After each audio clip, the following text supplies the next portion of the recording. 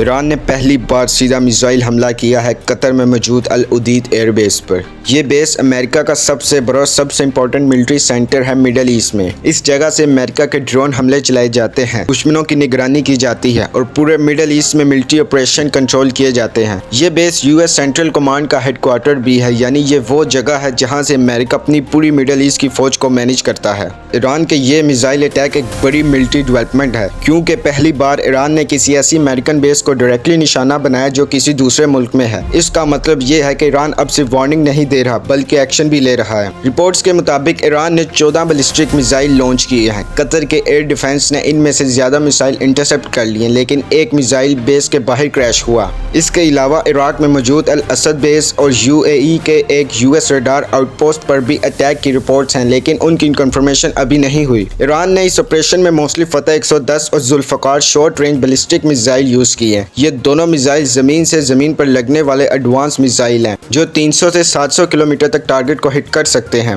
Iran ने इस हमले को ऑपरेशन बशारत फतह का नाम दिया। ईरान की IRGC Islamic revolutionary guard corps ने अटैक के फौरन बाद स्टेट टीवी पर स्टेटमेंट दी। अमेरिका ने हमारे न्यूक्लियर प्रोग्राम को टारगेट किया। इस गैर कानूनी एग्रेशन का जवाब देना हमारी जिम्मेदारी थी। ईरान के सुप्रीम लीडर आयतुल्लाह अली खamenei ने कहा, सुपर पावर मेरा अल्लाह है जिसके हम बंदे हैं, हम जमीनी खुदाओं को नहीं मानते। कतर का कहना है कि उनकी एयर डिफेंस सिस्टम ने मिसाइल को इंटरसेप्ट किया और सिचुएशन इज अंडर कंट्रोल है। इराक में इमरजेंसी सिक्योरिटी मीटिंग हुई है, क्योंकि इराक में भी यूएस मिलिट्री प्रेजेंस है। यूएई ने इस हमले पर अफसोस का इजहार किया और कहा, हम ईरान के हमलों की मजम्मत करते हैं। कतर, यूएई, सऊदी अरेबिया ये मुस्लिम कंट्रीज हैं, लेकिन असल में ये सब जालिमों के साथ हैं। ये वो मुल्क हैं जो अपने भाइयों पर जुल्म देखकर भी खामोश हैं और काफिरों को अपनी ज़मीन से हमले करने की इजाज़त देते हैं।